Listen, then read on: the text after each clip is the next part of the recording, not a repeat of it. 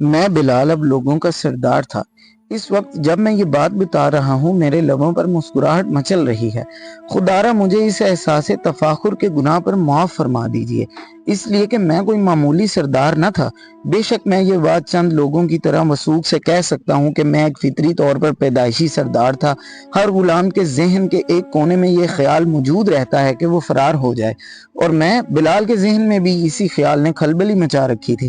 میرے پیچھے آگ کا باپ ابو لہب کا جلا دینے والا سانس تھا۔ جب کسی کی پشت پر شیطان ہو تو وہ ہیرو کیوں نہیں بنے گا؟ ہم چھوٹی چھوٹی ٹولیوں میں مکے سے مدینے جا رہے تھے۔ یہ روانگی رات کے وقت وقفوں کے ساتھ ہوتی تھی۔ اس میں کئی راتیں موجود تھیں۔ محمد ہر جگہ موجود رہے، وہ ہماری حوصلہ افزائی اور ہماری نگرانی کر رہے تھے۔ آپ ہی ہماری روانگی کے نظام الاوقات طے فرماتے تھے۔ انہیں سب سے بڑا خدشہ یہ لاحق رہا کہ صحرا کے اس سفر میں بیک وقت بہت سے مسلمانوں کی جانیں نہ جاتی رہیں، کہ دشمن کے ہاتھوں قتل و خون ریزی کا خطرہ تھا۔ ہمارے راستے جدا جدا ہوئے تھے، ہم مل کر سفر نہیں کرتے تھے، یہاں تک کہ دشمن کی دسترس سے باہر نکل جاتے۔ جو ٹولی میرے سپرد ہوئی اس میں 6 مرد، 2 عورتیں اور 3 بچے شامل تھے۔ رسول اللہ نے پہلے 1 میل کے سفر کے دوران ایک بچے کو اٹھا رکھا تھا، پھر آپ نے ہمیں حکم فرمایا کہ اب تم لوگ سفر جاری رکھو۔ سچ پوچھیں تو اس صحرائی سفر میں اگر مجھے کوئی شیر بھی مل جاتا تو میں اسے چیٹ پھاڑ کر رکھ دیتا، اس لیے کہ میں اب غلام نہیں بلکہ لوگوں کا سردار تھا۔ مکے اور مدینے کے درمیان 250 میل کا فاصلہ ہے۔ موسم گرما میں یہ سفر پیدل چل کر 9 دنوں میں طے کیا جا سکتا ہے، اور بچے ساتھ ہوں تو 11 دنوں میں۔ یہ راستے ہزاروں سالوں سے لوگوں کے استعمال میں ہیں۔ ہر مسافر کے قدموں کے نشانات کو ہوا نے ریت اڑا اڑا کر نظروں سے اوجھل کر دیا ہے۔ البتہ ہمارے قدموں کے نشانات ابھی بھی موجود ہیں۔ گرمیوں میں صحرا میں سفر کرتے وقت کسی نہ کسی چبھن سے سامنا ضرور ہوتا ہے۔ کوئی نہ کوئی بیماری ضرور پریشان کر دیتی ہے۔ تمام بچے بیمار پڑ گئے مگر وہ ہماری پیٹھوں پر سوار پھر بھی خوش تھے۔ ایک ساتھی کا منہ زخمی تھا، اس نے 3 روز تک چھپائے رکھا۔ میں نے اس کی آنکھوں میں اس درد کی کسک دیکھی تھی۔ پاؤں تو اس نے مجھ سے چھپائے رکھا تھا۔ اسے جب احساس ہوا کہ مجھے پتہ چل گیا ہے کہ اس کا پاؤں زخمی ہے تو اس نے اس سے قبل کہ میں کوئی بات کرتا اپنی رفتار تیز کر دی تھی۔ وہ غریب تو گویا آگ پر چل رہا تھا۔ پھر وہ سب سے آگے نکل گیا۔ دور سے ہم نے دیکھا کہ وہ اکیلا ہمت و حوصلے سے جانب منزل بڑھتا جا رہا ہے۔ ہمیں اس کے پیچھے بھاگنا پڑا اور ہم اسے بڑی مشکل سے اس بات پر آمادہ کر سکے کہ وہ زخمی پاؤں تو ہمیں دکھا دے، مگر میرے کندھوں پر ہاتھ رکھ کر وہ گرتا پڑتا مدینے میں داخل ہو گیا۔ یہ تھی ہماری ہجرت۔ بلال بتاتے ہیں کہ حضور مکے سے کس طرح بچ نکلے۔ مکے کے سرداروں نے محمد صلی اللہ علیہ وآلہ وسلم کی جان لینے کا منصوبہ بناتے وقت چلاک افراد پر مشتمل کونسل بنائی۔ انہوں نے مل کر اس خون میں ہاتھ رنگنے اور پھر ایک ہی برتن میں ہاتھ دھو ڈالنے کا چال چلنے کا منصوبہ بنایا۔ اس طرح کے جرائم حکومتی سطح پر بڑی مہارت کے ساتھ تکمیل تک پہنچا دیے جاتے ہیں۔ طے یہ ہوا کہ 7 مختلف قبیلوں کے 7 آدمی نیزوں کے ساتھ ایک ہی بار حضور پر وار کریں گے۔ یوں قتل کی ذمہ داری کسی ایک قبیلے کے سر پر نہیں آئے گی، اور ملکی رواج کے مطابق آپ کی جان لینے کا ذمہ دار کوئی ایک شخص نہ ہوگا جسے سزا دی جا سکے۔ ان بدبخت انسانوں کے خیال میں خون کے ایسے دبوں کو دھو ڈالنا آسان ہوتا ہے۔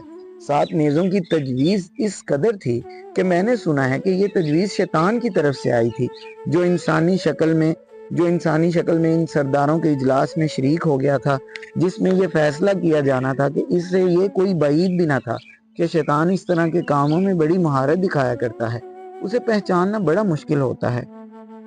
7 آدمی رات کے وقت جب حضور کو عالم نیند میں سمجھ کر کمرے میں داخل ہوئے تو انہیں معلوم ہوا کہ محمد اس سازش سے باخبر ہو کر علی کو اپنے بستر پر اپنی چادر اڑا کر سوتا چھوڑ کر خود زندہ و سلامت نکل گئے۔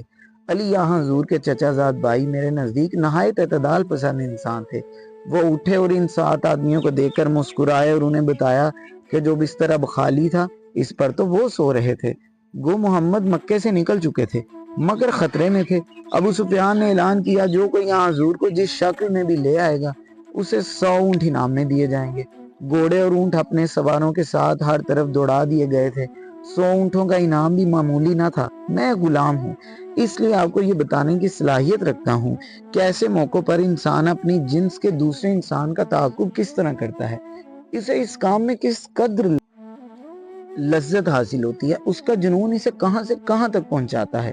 محمد صلی اللہ علیہ وسلم نے بڑی دانش مندی کا ثبوت دیا، صحرا کو عبور کر کے مدینے کی جانب کوشش نہیں فرمائی۔ جب ابو سفیان اپنے لوگوں کو صحرا میں جال کی طرح پھیلایا تھا، صحرائی سفر کا مطلب موت کو دعوت دینا تھا۔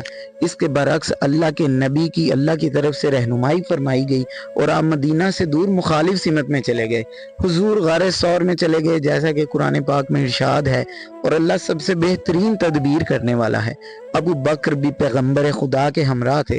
بدقسمتی سے مکہ میں اس زمانے میں ایک کھوجی تھا جو میری طرح حبشی تھا، اس کا تعلق بھی حبشہ سے تھا۔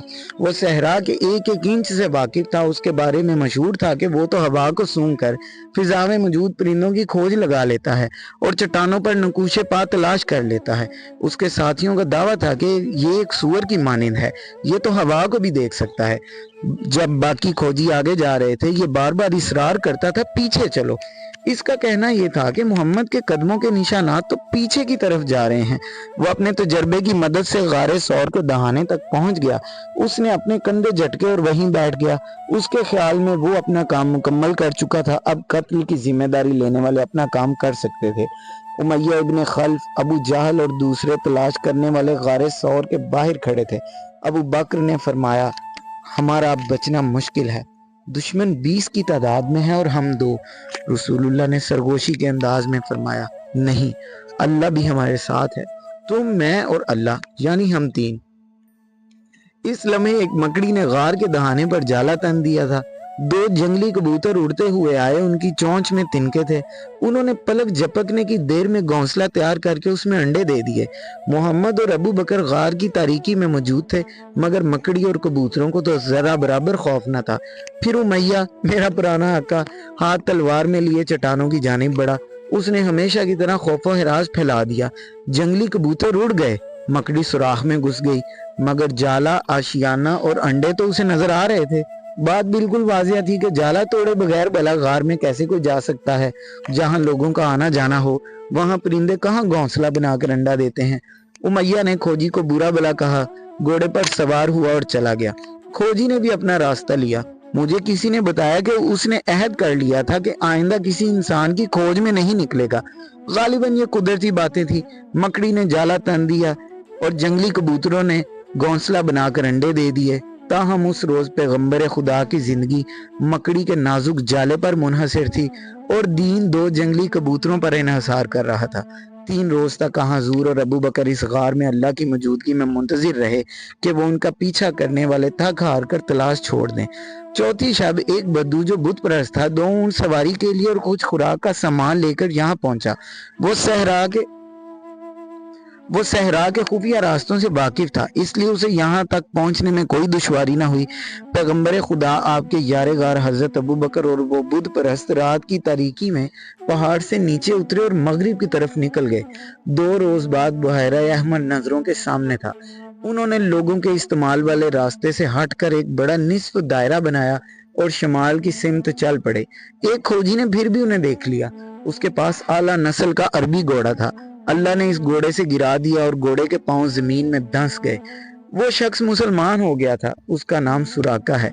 ادھر ہم یثرب میں ہر روز سید عالم کا انتظار کرتے تھے۔ روز یثرب کے لوگ سارا دن انتظار کرتے اور منتظر آنکھوں اور دلوں کے ساتھ شام کو واپس چلے جاتے۔ پھر ایک دن اچانک نصف دن گزرنے کے بعد ایک شور و غل سنائی دیا۔